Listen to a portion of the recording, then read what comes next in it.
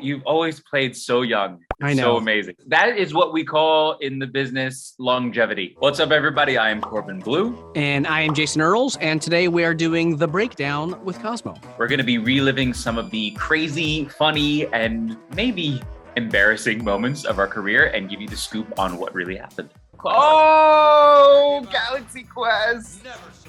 So that was from Galaxy Quest, which is a film that I worked on when I was about 8 years old. Wow. What's so crazy when I look back at that scene is just to see who I'm sharing the screen with. Tim Allen, Alan Rickman, Sigourney Weaver.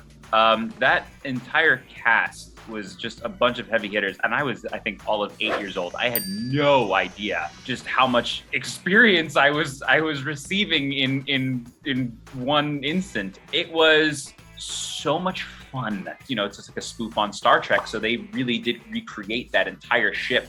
Oh my God, everybody was so awesome to work with and made it such a great experience for a kid.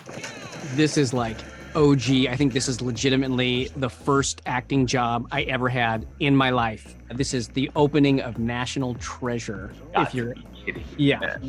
Okay, it's been so long since I need to go back and watch this movie again now, just to watch for you. It's very quick in the beginning. I play Nicolas Cage's great-great-great-great-grandfather who first learns the secret of Charlotte, which sets them on the treasure hunt for the whole movie. Oh my God. Look how baby-faced I am. How old are you here? I'm probably 26. And I was probably playing like 13 in that. He's just like a little stable boy. You've always played so young. I know. So amazing. I know. Wow. That is what we call in the business longevity. Yeah. When I auditioned for it, they asked me if I had any experience with horses, and I had ridden horses before, but that was about it. And they sent me out to Washington, D.C. like a week before we started shooting to work with the stunt team to learn how to drive the stagecoaches. So I actually drove the stagecoaches through the rainy streets of DC and Philadelphia. And we were shooting in the wintertime. So those were all night shoots. As I'm racing down the street, there's fire engines driving next to us, shooting water in the air. I'm soaked head to toe for like 10 straight hours.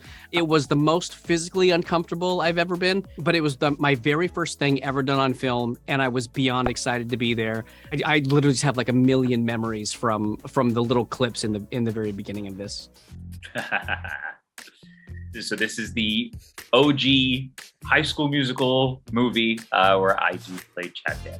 How it was shot, it just captured it all so well. How long did it take you guys to do like a giant number like this where you've got the bleachers are filled, you've got all the dancers, you've got your main cast? This is another thing that is amazing in comparison to even other musical films or anything that I've done. We really got the chance to take the time to shoot all these numbers. I want to say it was 2 or 3 days that we shot this entire sequence. But when I watch this, again, the energy is captured so well, and credit goes to Kenny Ortega for just knowing how to brilliantly film musical sequences. Yeah, those scenes are really hard when you've got everybody in a room. It's getting hotter by the minute, and you've been shooting it for 3 days. So to keep that many people that engaged for that long is almost impossible.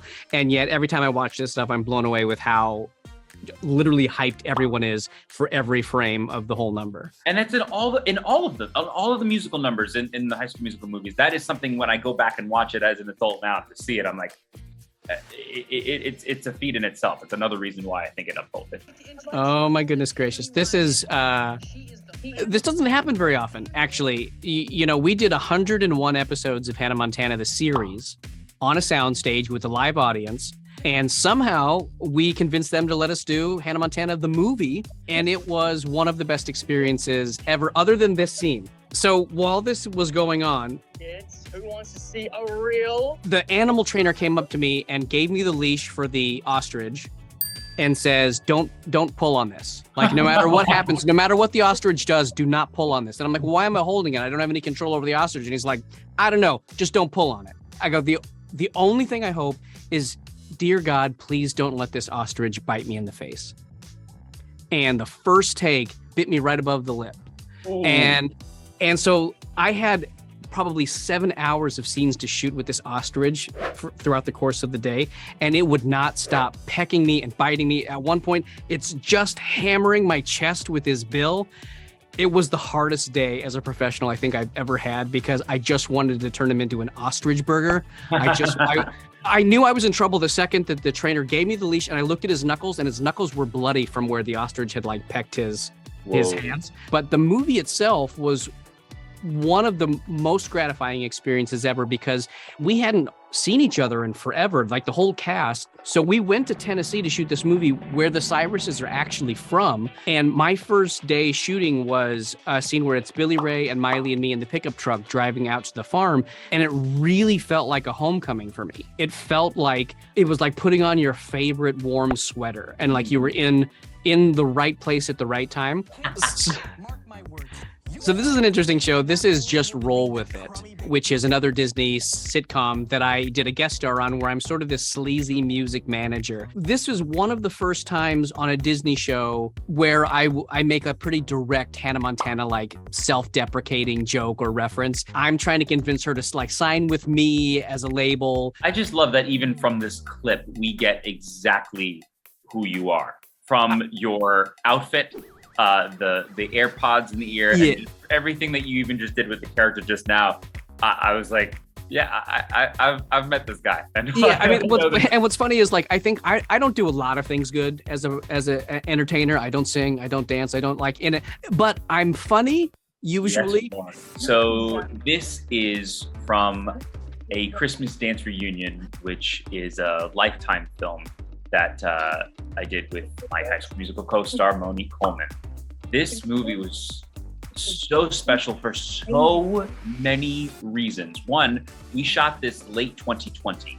So this was coming out of the pandemic.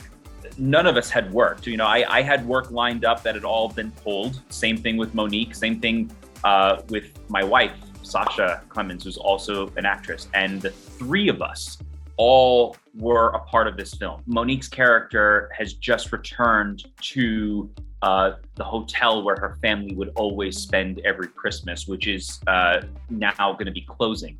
My character's family owns the hotel and is going to be closing it down. And Monique is coming up with the idea of bringing back the Christmas dance. I love stuff like this because you guys, I mean, are magic together back in the heyday, right? And anybody that knows you from back then will love seeing you together now. And then the movie just works without any like backstory. It's still a beautiful, lovely little joyful piece. But getting to watch you guys reconnect this way on screen is like, that's gold. It's just lovely to see. Thanks, man.